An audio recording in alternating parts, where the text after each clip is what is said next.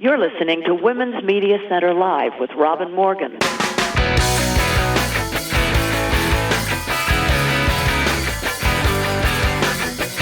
Welcome to Women's Media Center Live. I'm Robin Morgan, and my cold and flu, while markedly better, is still hanging on a bit drearily, unfortunately. But today we're going to focus on children, and children's toys, to be exact, and how pernicious they can be in their programming of little minds.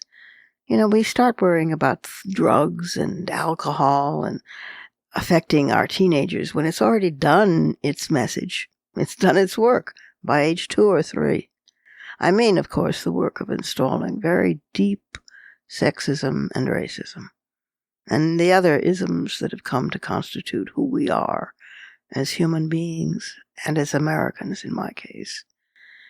It's an important subject, and we have a lively guest about whom I will tell more things in just a bit.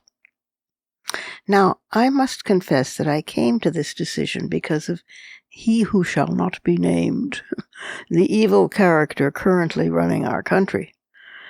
Even a few moments of watching him, of dipping just a toe into the water for the gist of the news, and just the gist, was enough to send me off on an exploratory route as to what could possibly have been done to this child to make him grow into such a dreadful human being. Well, it's a senseless search, although our show today does actually touch on the subject, but fortunately our show is also lively and about a lively and gutsy woman who made the impossible happen for a while. Well, we'll be returning in just a moment about that, and we'll discuss her and our upcoming conversation.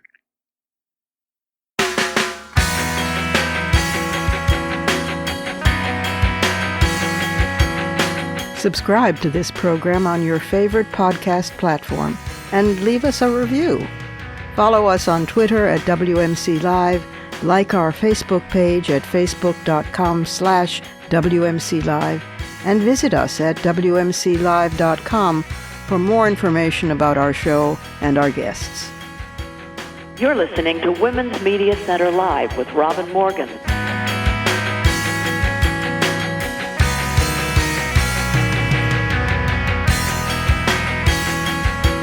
Jodi Bondi Norgaard is a keynote speaker, an author, an entrepreneur, a feminist, a consultant, and an expert in creating change and in breaking stereotypes. She's the founder of the Dream Big Toy Company and the creator of the award-winning Go-Go Sports Girls line of dolls, books, and apps for little girls, encouraging healthy and active play over beauty and body image. And More Than a Doll, which is the name of the book, turned into a fight to end gender stereotypes. The book comes out this week in the United States, and it connects the dots, from sexualized dolls to the damage inflicted on girls' confidence, to implicit biases that we hold about sex and gender, to the decisions we make as adults that prevent gender equity. It is quite a story, especially the dramatic parts about what the toy industry did and the lengths to which it went to keep these dolls and their message away from young girls and growing female people. Jodi has been breaking stereotypes since 2009, and she's going to talk about how and why she came to the decision to smash them. I'm delighted to welcome to Women's Media Center Live, Jodi Bondi Norgaard. Jodi, welcome to Women's Media Center Live. Very good to have you here. Oh, Robin, thank you so much for having me. I'm thrilled to talk with you today. Well, I'm delighted. I thought we were beyond this book, and you thought so too. Of course, I guess every feminist alive thought, do we need this anymore? And of course we do. We do. We need it desperately. It is called More Than a Doll. And its subtitle is explanatory of that. It is how, let me be very sure I've got this right. More than a doll, yeah. How creating a sports doll turned into a fight to uh, to end gender stereotypes. and Mhm. it did. You were up against the toy world, Mhm. and the patriarchy in general. Mm. So Mhm. this is extraordinary. I mean, it's a kind of 101 in feminism for people who thought it was over, or thought didn't think it was over, but thought we were further along, and we had a ways to go. Sure, we know that we've never had a woman president. We almost did, but we don't. And Mhm. we know all the things we don't have. But on the other hand, we have done amazing things in the last 50 years. And we thought, Mhm. surely, where children are concerned, they were on board. And since my Mhm. kid is grown now, I hadn't been checking in. Uh, Sometimes in toy stores, I had done a double take when I passed an exhibit that had little girl dolls all dolled, literally up. Mhm. But it didn't deeply register. I thought, oh, there must be something else to counter that, and there hasn't been, Mhm. has there? So I need you to help us and tell us how this book came to be, because you thought we were sort of beyond it too, didn't you? You couldn't believe what you were up against. Exactly, exactly. And just to kind of like preface that too, Robin, is that there were so many, like you said, like you're in the toy store, you see something, you just kind of push it aside, and there were so many things in my life before I had this moment, this aha moment, but so many things in my life that I recognized gender inequalities, gender stereotyping, but I really didn't know what I could do about it. I didn't know what I could do personally to change things. Right. So I would just push it aside, and I think we just all do that. It's just kind of Yeah. human. It's like, oh well, there has to be another option. Oh well, whatever. But these gender issues just started to build and build and build. And then when my kids were little, I have two boys, and my daughter, she was 9 at the time, and this is a long time ago. This is 19 years ago, Right. and she had just gotten done playing soccer. So this is 2000. I guess it would have been 2006. 2007. Yeah. And I'm going to tell you that she was dressed like a normal kid on a Saturday afternoon. Sure. And the reason, when she just gotten done playing soccer, she had her shin guards on, her hair is in all crazy, messy pigtails, and her face is all rosy from exertion. And I want to explain that because she just looked like this normal kid, like all of our kids Of on a course. Saturday afternoon. Of course. And then I had that one of those panicky parent moments that we've all gone through, where she's Which running into the one? toy store with, yeah, right. And this one isn't that bad, but it was just like time constraint. And we're running into the toy store because she needs a wrap birthday gift for a party she's attending in 30 minutes. Uh-huh. So I'm running frantically up and down the aisles with her, and then these line of dolls just stopped me in my tracks. They had on short skirts, crop tops, belly button ring, big hair, lots of makeup. I look at my daughter, I pick up one of these dolls, and the name on the hang tag was Lovely Lola. And I thought, what in the world are we marketing to girls? There's not one parent out there that wants their daughter to be called Lovely or look Lola. like Lovely Lola or act like a Lovely Lola, whatever. I'm like, this is insane. So I started picking up all these other dolls in the line and looking at the hang tag. And they're named, Cute Candy and Sizzle and Sue. And I just thought it was just icky, right? It was just like, yuck. I do not want this marketed to my daughter, right? No, because she's so smart, and I don't want her to feel like she, has to, all this appearance stuff, everything is about appearance, even like science kits, for the boys, you get these volcanoes that you put the vinegar and the baking soda in and That's it right. explodes, marketed to boys. Marketed to girls, yes, you can be a scientist, but you can make your own fingernail polish or your own makeup or your own hair scrunchie or jewelry. Again, it just all revolves around appearance. God. So and I didn't want my boys growing up thinking that, well, this is how girls are supposed to look. This is how girls are supposed to act. So I bought the doll actually, as I was scolding all the salespeople, saying, "Look at this doll, this is horrible. Why are you marketing sex to girls?" And they're like, "Lady, I'm 16." I'm like, "Whatever." So I did. I brought it home to my husband and I said, "Listen, I am really sick and tired of these negative images marketed to girls. I think I Yep. can do something about it by Wow. creating a healthy and positive image product that encourages them, the girls, to be healthy physically, mentally, and emotionally through sports and physical activity." I've That's the always been moment. involved in, That's the moment yeah, when a woman says, yeah, "And I think I can do something about it." That is the I think, magic moment. God damn! yeah, Wow. Go on, I go on. know. Yummy. So, I mean, I've always been involved in sports. I've been good at pretty much everything. I've never been great at anything, but I've been good and I enjoy it. It's, when I would go running or, Right. bike riding or playing tennis, it just made me a better person, especially when my kids were little, right? It's just like such hard work. And, I felt like I liked myself better. I was more productive. It cleared my head. It's my meditation. So I saw the positive effects, not just physically with sports and physical activity, but mentally too. So it took me 2 years from rough draft to the actual debut, which was Tennis Girl Gracie. And that launched at the U.S. Open in 2008. And I have to tell you, I knew nothing about the toy industry, nothing. I knew nothing about designing. I'm not an artist. I needed to figure it all out from the beginning. God, And I but did. that's why this book is valuable because it figures everything out from the beginning. So it's like a map for women who are trying to figure things out from the beginning. Go ahead.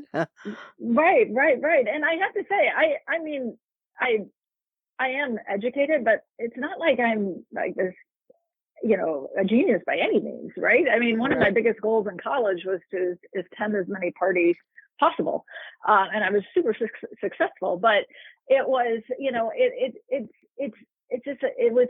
I look back and it was my persistence, my determination, which was fueled by passion. I knew girls deserved more, and when I was doing my research, where I had to start, I thought, I had to Google, were there any sports dolls available to girls? And to my surprise, none, zero. And so that's what, kept me moving forward. But I did see a lot of dolls that I think should be in their own category called sexy dolls. But that's just my opinion. But I did find 75 brands of fashion dolls on the market. God. So I felt like there's room for something different. There's room for a sports doll. So I'm going to bring it to Toy Fair. So like I said, my first, and please stop me at any moment if you have a question. No, it's fascinating. Go on. So my first, sale was the USTA. So at the U.S. Open in New York. Yeah. And it was the quickest sale. They said, it took 5 minutes. I got to the right person, and I'll never forget. Her name was Jennifer, and she said, "Great, we'll take 500." And those 500 sold out in 6 days. God. So that was a good test for a small business. Wonderful. And I thought, I know, right? I thought, okay, I'm right. I'm onto something. And so then in 2009, I launched the line of 9 dolls at the New York Toy Fair.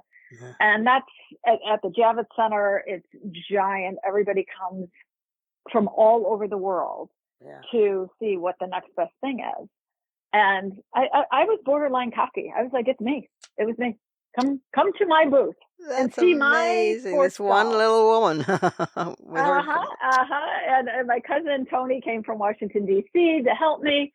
And not so much. Oh boy, not so much. I had so many buyers come to my booth and tell me, "Oh my gosh, I love your product. I love Soccer Girl, and my daughter would love this doll." And I'd say, "Well, that's great. How many would you like to buy?" And I'd always get the hand. "Oh, no, we're not going to buy it." And I'd ask why. And they'd say, "Because ultimately, girls like fashion. Can you create a fashion doll?" I'm like, that's my point. That's my point. Yeah. As a mother of a daughter and as a woman, I'm positive girls like more than fashion. Now, don't get me wrong. I think fashion is fabulous, right? I Yeah, think it's, it's it's in its creative. place. It's fine. It's Yes, fine. Nothing wrong. but it, But why I isn't don't, there room for other things as well in the universe? exactly, Robin. Like, you would never say that fashion defines you in your incredible career. You wouldn't say, "Oh, yep, I'm all about fashion." Oh You know, God, no, right? It's like I like to look nice. I like, no, but it no. It's certainly doesn't ridiculous. define me. Yeah, Yeah, it's so ridiculous. I dug in my heels, and I also thought about too, like an analogy, like if you went to the grocery store, right, Mm-hmm. and you were trying to sell a nut butter to, a grocer, and the grocer says, well, you know what, for some reason my customers only gravitate towards peanut butter, right? Right. It's like, well, if there's only peanut Uh, butter on the shelf, that's all you're going to buy. that's But if you right. introduce something different, an almond butter, a cashew butter, whatever kind of butter, that doesn't take away from the peanut butter No, it adds to the. category. It adds to the nut butter. It's Yeah, it's just, yeah, you want to say moron, you idiot, can't you see what's right in front of your face? But they can't, I guess. yeah. Well, it's also risky, right? Because it had never been done before, so nobody Oh, wants to be do the anything first. that, yeah, Uh-huh. to be the first. And I had buyers tell me, like, this is going to get big, and once you do, give me a call. I'm like, well, okay, Well, how are you supposed chicken. to get big if nobody will get you there? I mean, Right. ah, go on. I It's know. just maddening, maddening, maddening. I I will know. say this. I'm now going to interject one thing. I have a kid. My kid is a boy. And I discovered very early on, even while pregnant, in fact, that because I was already a feminist at that point, and a crazy, wild-eyed radical feminist, and so I was pregnant with a I didn't know, with a boy, but I mean, I whatever I was pregnant with, I was wanted, and it was very welcome, and um, but the so all of his baby clothes were white things that we tie-dyed, kind of bright colors, but many different, never pink and blue, and all of his baby toys were genderless, and or else both boy and girl. But walking down the street, even with him, he was a very beautiful baby, with little ringleted curls and so forth. And people would Mhm. say, "Oh, she's so lovely," and I'd say, "It's a boy," and they'd say, "Oh," and their sort of face would fall, and then some would say things like, "But those eyelashes, he has to be a girl. He must Just be like a I'm girl." positive. That's right. Yeah, I'm really sure that this is a boy. And at one point, they said, "Is that a boy or a girl?" And I was so tired of them asking this that I said, I don't know. I haven't looked." And he was already like 6 months old. But it really began to be um vise tightening, if you know what I mean. I mean, it really Mhm. it you could feel it. And I Mhm. thought of the Carol Gilligan study, of what happens to girls, which of course is even much worse. But in the same lines of gender stereotyping, of sex stereotyping. But Mhm. the the pinioning of their spirit, Mhm. these Mhm. little people. It's an old feminist saying, but it's absolutely true. If you can't see, if you can't be it if you can't see it. Mhm. And how do they see it? How are they supposed to make it up out of whole cloth? uh and Mhm. how are they supposed to, in the case of, I used to envy people who had little girls, for the simple reason that they could sort of have a go for it, kiddo, go, after whatever you want attitude. Whereas if you were a mother of a little boy, you had to walk a tightrope between Mhm. um, saying, go for it, be yourself, be everything you want to be and can be, on the one hand, but on the other hand, making him understand without guilt, but understand truly and deeply, that his privileges are in a sense bought by white skin in his case, and by maleness. So the shape and the color of his skin, but not, you don't want that to take away from his humanity, his innate selfness, So it was complicated and interesting raising a male child who turned out, I must say, superbly. Man of justice, man of humor, man of talent, man of many different things. But That's awesome. But I realized that this is such a machine that is in operation against little beings, little 22-inch long people, who they put into your arms and you're supposed to raise. And if it's a girl, if it's a girl, I just can't believe it. So anyway, you pick up and go on. Go ahead. Oh no, that is good, and that is one of the one of my most proudest moments too, is having 3 children, because it's the hardest job, one of the hardest jobs we'll ever have. It's not easy raising children and having them as adults, and thinking they're just one of my favorite people to ever be around. So I feel very fortunate for that. But with the when I was moving forward, after I had that feedback from, toy buyers, and I continued to have that for years. Yeah. But girls like fashion, I always heard the negativity, but girls like fashion. And granted, I did have some sales, but, they enough to keep me going. I put everything back into the business, which was hard because, my husband's working, we're self-funding this, and we have 3 kids, and, no, it's not. It ain't easy. It isn't easy. And I realized, and I would tell my husband this, I'm not in the toy business, right? Otherwise I would have conformed and I would have created a fashion doll. Yeah. I said, I'm in the social change business.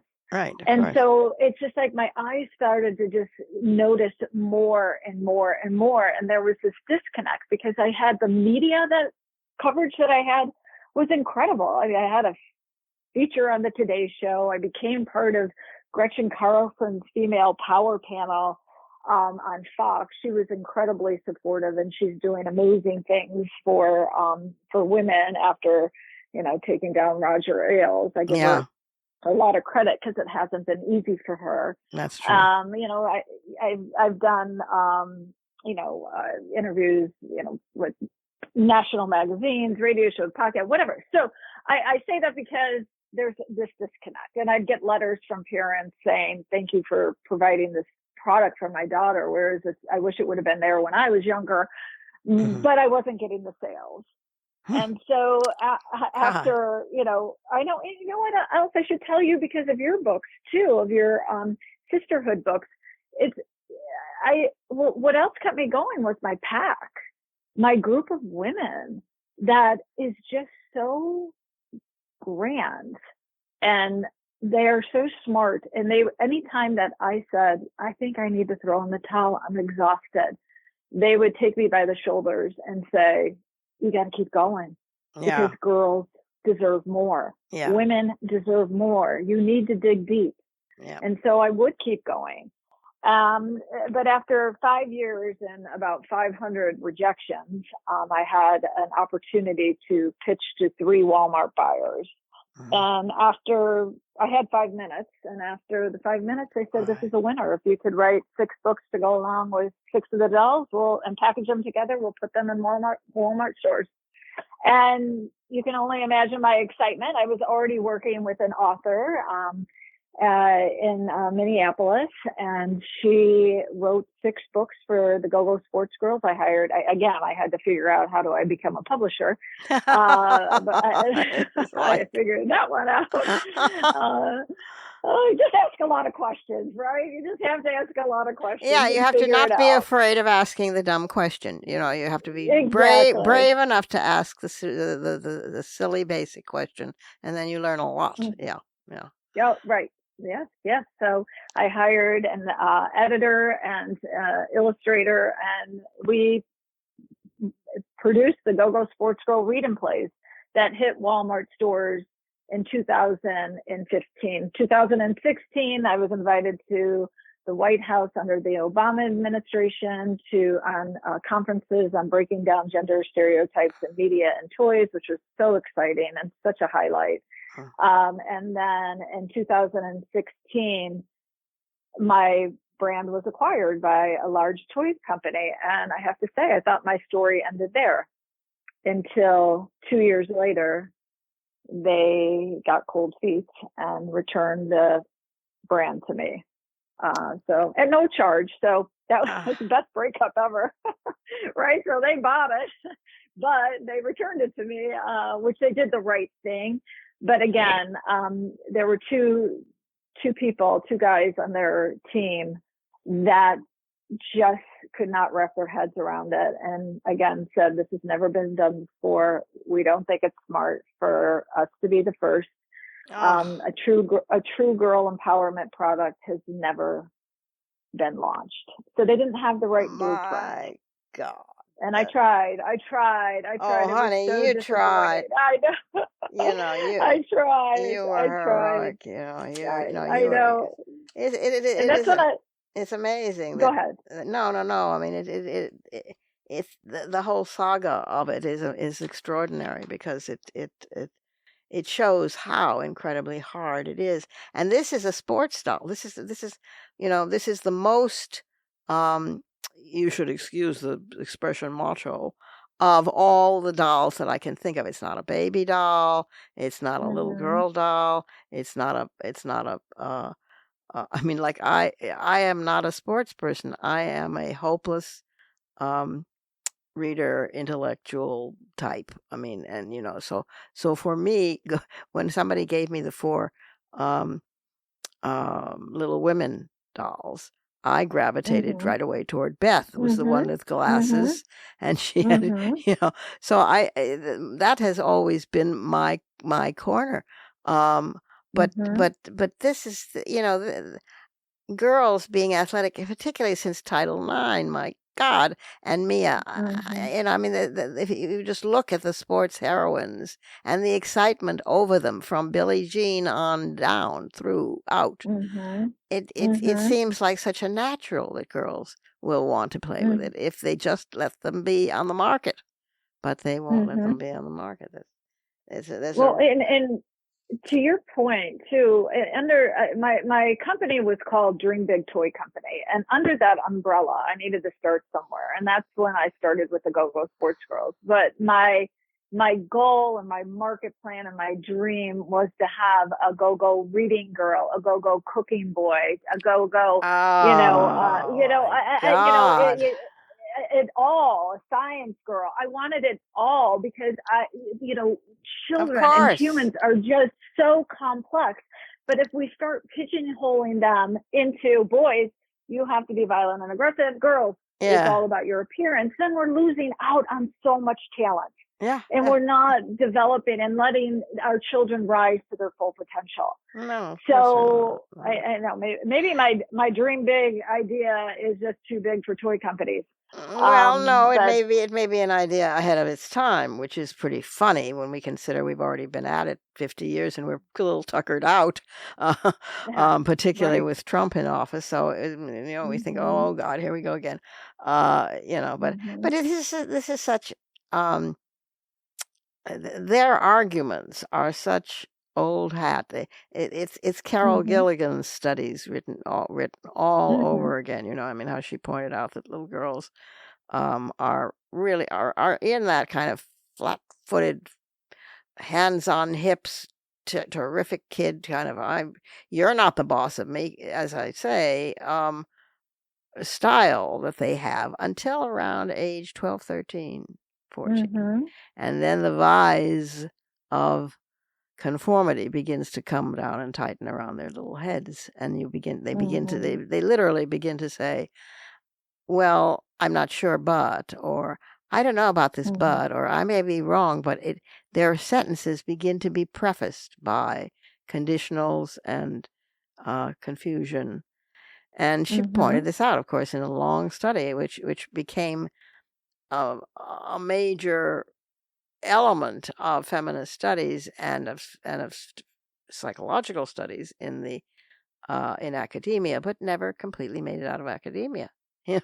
So if they ghettoize that, what are we supposed to do? I mean, I went through your book, and particularly there were chapters that women supporting women, which you've already addressed, and which was incredibly helpful, and restating yet again that we go completely crazy if we don't have the support of other women, because then it's just us.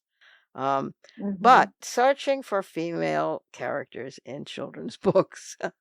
Oh my gosh. Oh my dear, I'm telling you. I mean, finally, I began to write them myself because I couldn't stand it anymore. And I couldn't stand that he was reading them, this little boy that I had. And I couldn't stand that he was reading about little boys being macho and toughy. And, there were no little boys there was, I think, Little Boy Lost was a rare book. There were a few like that. But otherwise, the little boys were all just El Tougho, and there was nobody he could identify with. There was nobody that was at all like him, or any of the girls that he knew. So you're stuck in a revolving door, and this is terrible for children.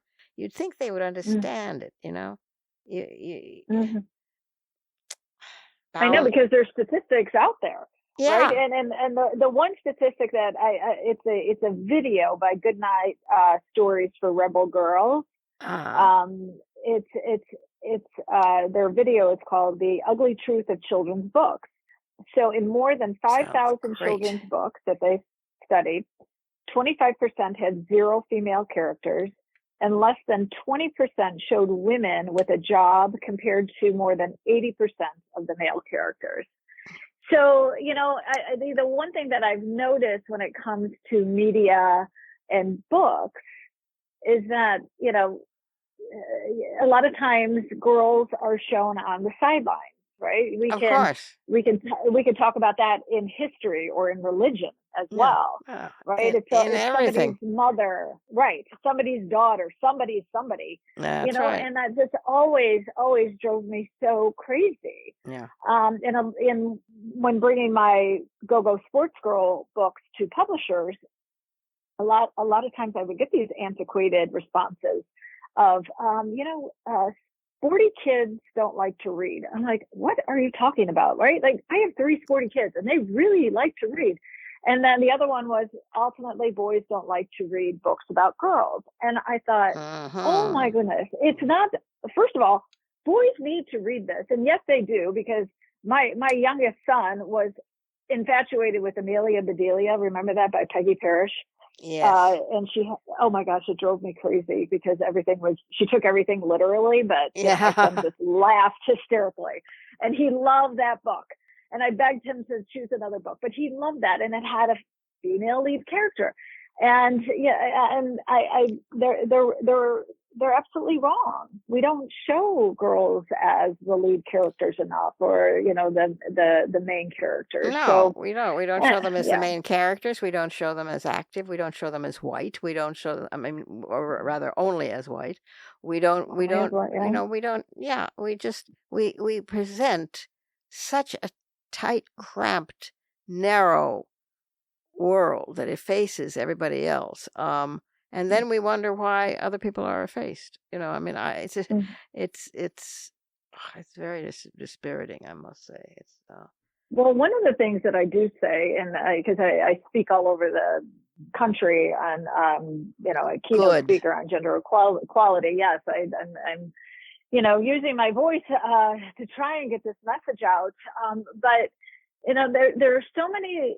As we get older, we start to see these self-help classes for women, right? Or books or whatever. And they're not, okay, that's fine, right? You can have all these, self-help, whatever. But as I view this, I see it as, we're trying to be changed, right? But my point is, we're not broken. Right, we don't need to be fixed. Exactly. It's our system that's broken, and our culture that needs to be fixed. And You there's got it. only, we can believe that we're strong. I can believe that you're strong, but it's more than that. Of It's course. changing the way the world perceives our strength. It's And boy, we systemic. have a battle ahead of us. Yeah. That's right. It's systemic, Hmm. and Yeah. until that changes, everything is a little bitlet here and a little bite there and a little nibble. And Hmm. it doesn't change the basic plan, plot, whatever you want to Hmm. call it, because if that remains the same and in place, then we are running just to stay in place. Hmm. And the kind of transformative. I mean, there was a wonderful comment by one of the suffragists, the American suffragists, at a certain point where she said, "Do we fully understand that what we are about here is an attempt to change the entire existing social compact?" And I always thought, Mm. wow, Mm. she knew what she was Yeah. talking. She really knew what she was talking about.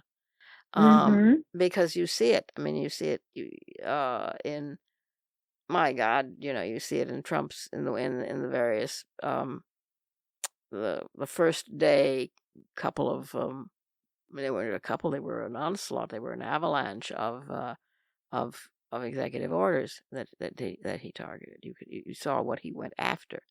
Hmm. And a large percentage of those was about race and gender, and well, although it was hidden with other language. So Hmm. it every time there's an attempt by us or somebody on our side vaguely to change it, there's a very quick backlash. And Hmm. it takes a lot of keeping up, and we're doing this generation after generation after generation. We have, I must say, made tremendous change. Hmm. And that's not for nothing. And I don't mean to just only be despairing Polly here, but the work that you're doing, I wonder now with irony that I thought, do we still need this book? How dare I? How dare I think that? How dare I think that? So I know. I Go ahead. no, I think you have to keep going and keep speaking and keep doing more, and you do have to do more. You have to do Science Girl, and oh God, those would be so wonderful. I would buy those for every little girl I knew. So, oh my, yeah, Science Girl, Astronaut Girl, I know. I I know. mean, It could go on and on and on, and it doesn't. Isn't that what every parent wants for their child? For them to be the yeah, best self that they can be and explore, all different avenues, and not just feel like they have to be, one look and thing act a yeah. certain way. Yeah. What I did just, you it's, what did you think of the Barbie movie? I liked it. I You did. I went in there thinking, I wasn't going to like it. I had no idea what to expect, but I did think the message of the movie was, awesome. Mhm. I thought it was great. I am I a Barbie fan? No, but Right. I have realized that you know Barbie started it all, and Ruth Handler was the one that saw that there was a need, and I give her a lot of credit. She saw that there was a need for a doll for young girls, and she fought to have this doll, and that appealed Mhm. to mothers and girls at that time. Yeah. And I feel like I'm doing the same thing now with the Go-Go Sports Girls, right? Or 20 years ago. You I saw are. a need, what mothers and daughters wanted, but, Well, yeah, the toy what companies are happens to too. it? What happens to it now, Jody? I mean, if since they returned it to you, what? Well, I always am. I am talking to one large toy company right now that I actually met at the White House. I did some work for the Gender Policy Council with the Biden administration, and can I tell you how much I loved doing that? Mm, Oh my God, yeah. that was so wonderful, and they were such a great team. And I don't know if you know Jennifer Klein, who headed the the Gender Policy Council, but my No. goodness, she just did a fabulous job. And her team was amazing. I can't speak highly enough of them. But anyway, I am in talks. It's out there. I cannot manufacture again. It is too hard for a small company. It's too costly. There was so much strain on my marriage. I think my husband would be like, "I'm out. I can't do this again." Yeah. And I don't blame him. It was very, very, very difficult.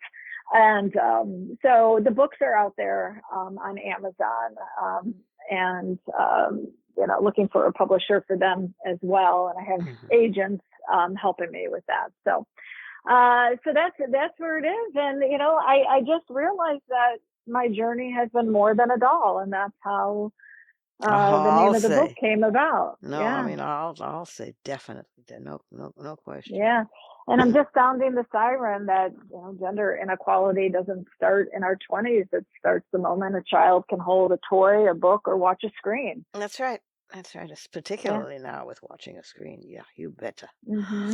Well, if I can ever do anything to be of help in any of this, I would love to, because it's very important work, and it's basic work, and it's still incredibly needed. It's so needed. It's needed all over again, and I'm going to talk to people about it, and well, thank you, and try to, I don't know, rouse the troops or something more, because I think now that there's a book, that's at least something to then leverage into more. You deserve help. I mean, you deserve a fleet of helpers. You shouldn't have to ever do this by yourself again, ever. But thank you for having done it, and thank you for having just have the vision and the guts and the grit to make it happen. I mean, they're wonderful, those dolls. Well, I appreciate it. I really appreciate it. I feel like an idiot that I didn't know about this at the time. I feel. Oh my gosh! Well, that's because none of the buyers wanted to pick it up. That's what. Yeah, you could. It's hard to know about something if it's not on the shelf, right? Of course. Yeah. No. I mean, I was reduced to buying witch dolls, and for little girls, friends, my short people, and explaining to them who the witches really were, and that they were midwives, and they were this and that, and they were doctors, and they were, and they could read, and so they were all burned. I mean, but you're driven to such extremes that it's ridiculous.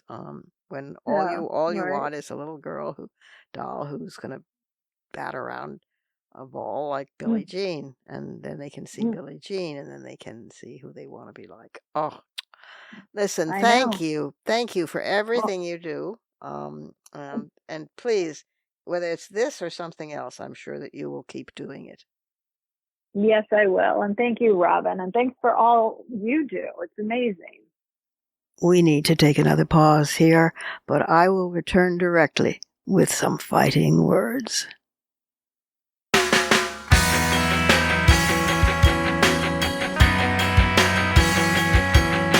The Women's Media Center, founded in 2005 by Jane Fonda, Gloria Steinem, and myself, is a progressive, nonpartisan, nonprofit organization working to make women visible and powerful in media.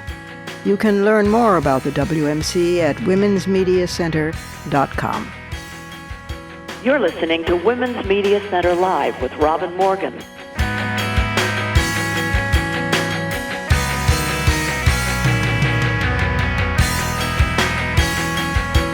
Cancer testing for women falls as rates rise. Those are fighting words.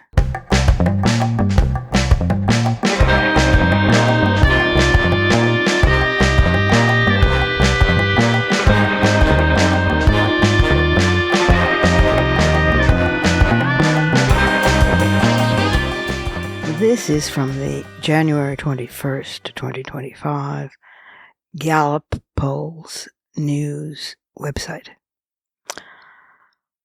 Hologic Global Women's Health Index shows little progress in women's preventive care. And the dateline is Washington, D.C., and the text reads, with new cancer cases globally projected to reach 32.6 million annually by 2045, prevention, early detection, and access to quality health care are essential in the fight against the disease. However, the latest Hologic Global Women's Health Index, which you can also access online, Hologic Global Women's Health Index. The latest such index shows that for the first time in the survey's 4-year history, fewer women are being reported being tested for any type of cancer. The latest global survey of women's health shows just 10% of women in 2023, year 4 of the index, said they were tested for cancer in the past 12 months before the survey. This is down from 12% in 2020 and 2021, the first 2 years of the index. Reported testing started to slump in 2022, but the decline became statistically significant only in 2023. Almost all the declines in testing in 2023 took place among women over 40 who are at higher risk of developing cancer. Although other studies show cancer diagnoses are rising among younger adults, older adults, particularly those aged 65 and older, are more likely to account for new cases in coming decades.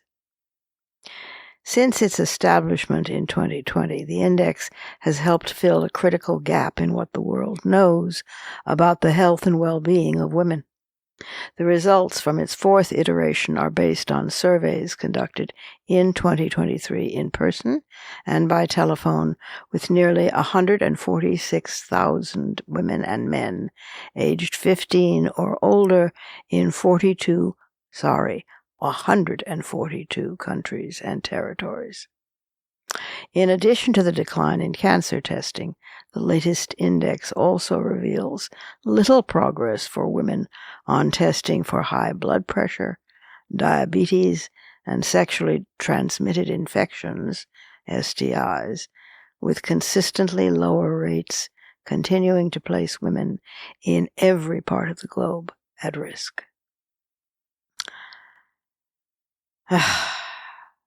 If they don't get us one way, they get us another.